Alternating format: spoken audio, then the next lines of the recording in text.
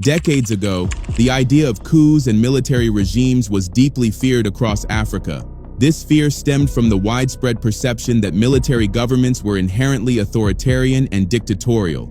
However, in recent times, that perception has begun to shift. Today, many Africans, especially the youth, are starting to view coups as revolutionary.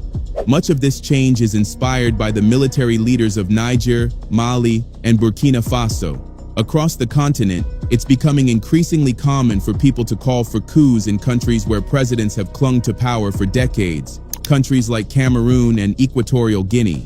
This growing sentiment raises an important question. Could the next coup be in Uganda? Just days ago, the head of Uganda's army publicly praised President Ibrahim Traoré and expressed deep admiration for his leadership. He even extended an invitation for Traoré to visit Uganda. But this gesture has sparked speculation. Is it simply an expression of solidarity? Or could it be something more? Could Uganda's army chief be harboring ambitions to lead a coup and seize power himself? And if so, how likely is that to happen? During the 1960s and 1970s, Uganda's President Yoweri Museveni was a young rebel leader who played a key role in overthrowing the repressive regimes of Idi Amin and Milton Obote. In 1986, he seized power and delivered a now famous statement. The problem of Africa in general, and Uganda in particular, is not the people, but leaders who want to overstay in power. Yet more than 36 years later, Museveni remains in power. It appears he has forgotten the very words that once defined his revolutionary stance. After amending the constitution to remove presidential term limits, an action that effectively allows him to rule for life, Museveni went further, declaring that limiting presidential terms was actually harmful to African democracies. Without mincing words, President Museveni has openly stated that being in power for a long time is not a bad thing. In his view, longevity in office allows a leader to gain experience. And while it is true that Museveni brought stability and economic progress to Uganda after years of coups and civil unrest, it is equally true that many Ugandans have grown weary of his rule. Despite widespread calls for him to step down, Museveni has refused to relinquish power. Instead, he continues to govern with an iron fist, despite claiming to be a democratic leader. Over the years, there have been troubling reports of arrests, intimidation, and even assassinations of those who dared to challenge his authority. At this point, it's safe to say that the sentiment for change runs deep. Many Ugandans, across civil society, the political class, and even within the military, are tired of Museveni's extended grip on power and are yearning for a new chapter. The question is, can the Ugandan army take over? We'll come back to that. But first, something significant happened on Sunday, May 25, 2025. Muhoozi Kainerugaba, the head of the Ugandan army, and notably, the son of President Yoweri Museveni, publicly expressed his support for President Ibrahim Traoré of Burkina Faso. Posting on his official account on the social network X, Muhoozi praised Traoré's anti-imperialist stance. In his words, "I support the anti-imperialist position of President Ibrahim Traoré. His views are like ours. It is always right to resist imperialists and exploiters. I invite him to visit Uganda." This statement wasn't just symbolic, it was bold. Coming from the top of Uganda's military, it raises deeper questions about political alignment, internal power dynamics, and the future of leadership in Uganda. There's a lot to unpack in that short message. First, it reveals that the Ugandan army chief has been following President Traoré's leadership closely. This is significant because, when the coups occurred in Mali, Niger, and Burkina Faso, President Museveni was among the first African leaders to publicly condemn the military takeovers. He argued that the coups had set those countries back and called on the African Union to impose sanctions on the new military governments, urging them to quickly return power to civilian rule. Since then, Museveni has maintained a distance. He has made no public contact with the leaders of Niger, Mali, or Burkina Faso. This silence is striking, especially when you consider that Museveni himself has ruled Uganda in a far more autocratic manner than the military leaders of the AES bloc. In fact, the irony is hard to ignore. Museveni, who has clung to power for nearly 4 decades, denounces military rulers who, by comparison, are seeking to rebuild sovereignty and resist foreign domination.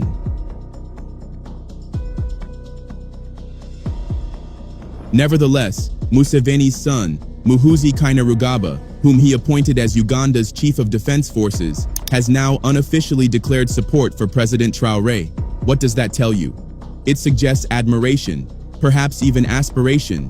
Muhoozi looks up to Traoré, and why wouldn't he? Traoré is everything Muhoozi is not: bold, courageous, and self-made. In fact, in many ways, Traoré is the complete opposite of Uganda's chief of defense. While Traoré rose through the military ranks by merit, earning respect through battlefield leadership and personal sacrifice, Muhoozi's ascent has long been tied to his father's power. After completing the required military training, Muhoozi joined the Uganda People's Defense Force as an officer cadet. But unlike most soldiers, his rise was unusually swift. With President Museveni's influence paving the way, Muhoozi was promoted to Brigadier General by 2012 and appointed commander of the Elite Special Forces Command, SFC. By 2017, his father handed him another powerful role: Senior Presidential Advisor for Special Operations, a position he held until December 2021. In 2022, Muhoozi made a series of outrageous and controversial statements online, so damaging that his own father had no choice but to sack him. But guess what? It didn't take long for him to bounce back. While he wasn't reinstated to his former position, he was rewarded with something even greater: a full promotion to the rank of general, while still retaining his role as special advisor to the president. Just 2 years later, in a move that surprised many, he was appointed as Uganda's chief of defense. Now contrast that with Captain Ibrahim Traoré. Traoré rose through the military ranks on his own merit, earning the loyalty and respect of the Burkinabe army through action, not privilege. His leadership is built on trust and sacrifice. Meanwhile, General Muhoozi's rise is seen, both inside and outside the military, as a product of nepotism. His authority doesn't stem from loyalty, it hinges on his father's power. And that's the danger. Because in truth, many within the Ugandan military are quietly unhappy with how President Museveni has used his influence to elevate his son. So if Muhoozi were to orchestrate a coup in Uganda, there's little doubt he may seize power temporarily, but it wouldn't be long before he's overthrown. Without deep-rooted loyalty from the ranks, a throne built on favoritism will always be shaky. What's even more intriguing is that many Ugandans now believe, almost unanimously, that President Museveni has been grooming his son, Muhoozi, to take over as his successor. And it's not just idle speculation. After all, Museveni has ruled Uganda for more than 36 years, and Muhoozi's rapid rise through the ranks has raised more than a few eyebrows. Back in 2013, General David Sejusa, once a close ally of Museveni, blew the whistle. In a letter addressed to the public, Sejusa revealed a closely guarded secret. Uganda, he claimed, was being transformed into a political monarchy. He alleged that Museveni had drawn up a plan to install his son, Muhoozi, as the next president of Uganda. Even more alarming, Sejusa warned that senior officers within the military who opposed this succession plan were being secretly marked for assassination. His letter caused a political earthquake. And ever since, the belief that Uganda is heading toward dynastic rule has only grown stronger. Unsurprisingly, both Muhoozi and his father denied the allegations, but the government's reaction told a different story. After General Sejusa's explosive letter was made public, Museveni's administration launched one of the most aggressive crackdowns on the media in Ugandan history. Police laid siege to the Daily Monitor newspaper for over 10 days. 2 independent newspapers and 2 radio stations were shut down in the process. If the letter was truly baseless, why such a heavy-handed response? The answer seems clear. The content struck too close to the truth. As for General Sejusa, the consequences were swift. He fled Uganda, spending a year in exile in the United Kingdom. When he finally returned, he was arrested in 2016 and charged with insubordination. His fate served as a warning to anyone daring to oppose Museveni's dynastic ambitions. In reality, a coup may not even be necessary. Uganda is being quietly reshaped into a monarchy, cloaked in the garments of democracy. And that leads us to the second critical difference between General Muhoozi and President Traoré. Traoré is a genuine anti-imperialist and pan-Africanist. From day one, he has championed true independence and sovereignty for Africa, and he hasn't wavered. His actions speak louder than words, cutting ties with France, deepening alliances with Russia, and helping to establish the AES bloc alongside Mali and Niger. Every move he makes is part of a clear vision to free Burkina Faso and Africa at large from foreign domination. In his message to President Traoré, General Muhoozi made a bold statement. He wrote, "I support the anti-imperialist position of President Ibrahim Traoré. His views are like ours." But let's pause there, because we don't quite agree. As much as President Museveni and his son would like to brand themselves as anti-imperialist leaders, the facts tell a different story. The truth is, Museveni only recently began clashing with the West, and that shift didn't come from a Pan-African awakening. It came from controversy. The turning point was Uganda's decision to pass one of the harshest anti-gay laws in the world. That move sparked international backlash. Western governments condemned it, froze aid, and pulled donor funding. Suddenly, Museveni was no longer the West's favorite partner. But rewind the clock just a few years earlier, and you'll see a different picture. For decades, President Museveni was considered the darling of the West. He aligned closely with U.S. foreign policy, received massive aid packages, and positioned Uganda as a key American ally in the region. There was no anti-imperialist rhetoric, no resistance to Western influence, just cooperation. So when Muhoozi claims that his views are like ours, it raises a critical question. Whose views exactly? Because from what we've seen, Traoré's struggle is rooted in principle. Museveni's fallout with the West, it's rooted in political consequences. For years, the United States ensured that Uganda had a steady stream of foreign aid, donors, and financial support. To his credit, President Museveni used much of this assistance to combat the HIV/AIDS epidemic and spur economic growth. These early victories helped solidify his image in the West as a model African leader, progressive, pragmatic, and committed to good governance. Desperate for a success story on the African continent, the West embraced Museveni. He was praised, promoted, and funded. And in return, they looked the other way when the cracks in his leadership began to show. Take, for example, the invasions of the Democratic Republic of Congo in the late 1990s. Uganda and Rwanda, under Museveni and Kagame, launched not one, but two incursions into Congolese territory. The international community remained largely silent. There was no condemnation from Washington, no sanctions from Europe. It wasn't until outcry began to grow from within Africa itself that the truth was forced into the light. Both the Ugandan and Rwandan armies were eventually charged at The Hague for war crimes, looting Congo's vast resources, torturing civilians, committing extrajudicial killings, and even using child soldiers. So while Museveni may now claim to oppose imperialism, history shows a long record of collaboration with Western interests, one often stained with silence, complicity, and unchecked power. How can President Museveni claim to be an anti-imperialist and a Pan-African when he once invaded a fellow African country, twice? How can he speak of unity and sovereignty while violating the borders of the Democratic Republic of Congo, leaving behind a trail of bloodshed and exploitation? But the betrayal didn't stop there. Museveni holds the shameful distinction of being the African president who betrayed Muammar Gaddafi to the United States. While many African leaders respected Gaddafi for his Pan-African vision and efforts to unite the continent, Museveni branded him a problem, someone who, in his words, was holding Africa back. According to diplomatic sources, Museveni routinely acted as a U.S. informant, regularly feeding intelligence about his fellow African leaders. Tell us, how can such a man be called a Pan-African? And then, there's his son, General Muhoozi Kainerugaba. Muhoozi, unlike President Traoré, has no revolutionary credentials, no clear vision, no ideological stance. He can best be described as a man-child, handed power, yet unsure what to do with it.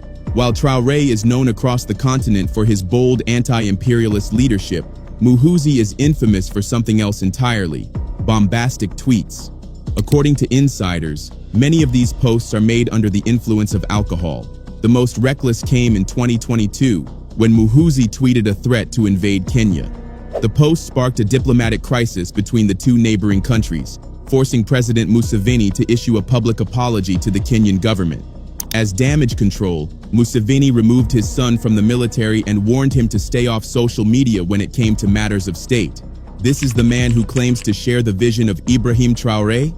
Yet just days after the diplomatic fallout, President Museveni did what many saw coming. He defended his son. He called Muhoozi a very good general, promoted him to full general, and reappointed him as special advisor to the president. And while Museveni had publicly warned his son to stay off social media when it comes to state matters, that warning clearly fell on deaf ears. Muhoozi continued tweeting, and not just about politics. At one point, he bizarrely claimed to be a descendant of Jesus Christ. In another tweet, he offered cattle as a bride price for the Italian Prime Minister. Yes, the Prime Minister of Italy. But it didn't end there. In April 2023 alone, Muhoozi taunted a fellow officer, quoted Mao Zedong's chilling view that he did not kill enough, and made deeply inappropriate comments about women half his age. When a female journalist dared to question his conduct, he called her ugly on a public platform. And while his tweets may seem clownish to some, the consequences of his power are no joke. As head of the Special Forces Command, SFC, an elite military unit loyal to the Museveni family, Muhoozi's forces have developed a reputation for fear and brutality. The SFC has been accused of kidnapping opposition activists, assassinating the driver of an opposition politician, and even storming Uganda's parliament during a heated constitutional debate. This is not leadership, this is impunity wrapped in military uniform. In 2021, a chilling incident shook Uganda's literary and human rights circles. Armed men abducted Kakwenza Rukirabashaija, a satirical writer who had dared to call Muhoozi Kainerugaba obese and a curmudgeon on Twitter. For a month, Kakwenza vanished. No contact, no explanation. When he finally re-emerged, his back was covered in deep scars. The novelist alleged that Muhoozi himself had not only ordered but personally supervised his torture. With such disturbing allegations, one thing becomes painfully clear. This is not the kind of leader the people of Uganda deserve. And it seems some within Uganda's own power structure agree. Several senior figures in the military and government are reportedly working behind the scenes to prevent Muhoozi from ever taking power. As Uganda's Interior Minister, Kahinda Otafire, bluntly put it, leading a country is not about jokes because you have a lot of followers on social media. But Muhoozi doesn't seem to care. In 2022, he launched a verbal assault not on the opposition, but on the ruling party itself, the same national resistance movement, NRM, his father founded. He tweeted, "It is probably the most reactionary organization in the country," before adding that it certainly does not represent the people of Uganda. This is the man who wants to lead a nation, a man who tweets more than he governs and leaves scars deeper than words. In yet another controversial tweet, Muhoozi declared his intention to run for the presidency in the 2025 elections, and this time, he didn't hold back. He appeared to take a subtle jab at his own father, writing, "How many agree with me that our time has come? Enough of the old people ruling us, dominating us. It's time for our generation to shine." Bold words, but do they resonate? While Muhoozi does enjoy a modest following among some segments of Uganda's youth, the broader picture tells a different story. Across much of the country, there's growing resistance to the idea of a Museveni dynasty. Many Ugandans, young and old, simply do not see Muhoozi as presidential material, and honestly, they deserve better. So the question remains, could Muhoozi ever orchestrate a coup to replace his father? Realistically, there's only one way Muhoozi becomes president, with his father's blessing. On his own, Muhoozi doesn't have the independent clout or institutional loyalty to pull off a successful coup, not because he lacks ambition, but because the Uganda military remains firmly under President Museveni's grip. Museveni is the gatekeeper, and without his nod, Muhoozi's dreams of leadership will remain just that, dreams. President Museveni holds absolute command over the Ugandan military, the Uganda People's Defense Forces, UPDF. Through frequent and calculated reshuffles of the army's top brass, he doesn't just manage the military, he masters it. Each move tightens his grip, crafting an image of invincibility that few dare to challenge. These reshuffles aren't about merit or modernization. They're about power, control, and long-term survival. Opposition leader Ibrahim puts it plainly. Museveni has systematically purged his wartime allies, the comrades from the Luwero Bush War. Those who are left are strangers. They don't have the courage or the history to confront him. The last real internal threat? Former Prime Minister Amama Mbabazi. Once a towering figure in Museveni's inner circle, he too was swiftly sidelined, neutralized with surgical precision. What Museveni has built is no longer just a presidency, it's a fortress where loyalty is currency, fear is a weapon, and the seat of power remains locked away from the hands of ordinary Ugandans. Additionally, every high-ranking officer in the Ugandan military, including the Chief of Defense Forces, owes their position not to merit, but to one thing: loyalty. Loyalty to President Museveni, the Commander-in-Chief. And that loyalty runs deep. So deep, in fact, that it's highly unlikely any of them would dare side with his son against him. Which leads us to one conclusion. The only way a coup could ever take place in Uganda is if Museveni himself authorizes it. Perhaps that's been the plan all along. Perhaps Museveni has been grooming Muhoozi in the military not to earn power, but to inherit it, through a carefully staged transfer disguised as a military takeover. But make no mistake, if a coup ever does happen in Uganda, it will not be a revolutionary act. It will not be driven by the will of the people. It will be the coronation of a dynasty. And that is nothing like the uprisings we've witnessed in Burkina Faso, Mali, or Niger. But what do you think? Is Uganda on the edge of a dynasty or a breaking point? Let us know in the comments section below. Don't forget to like this video, share it with others, and most importantly, subscribe to the channel for more powerful stories from across Africa.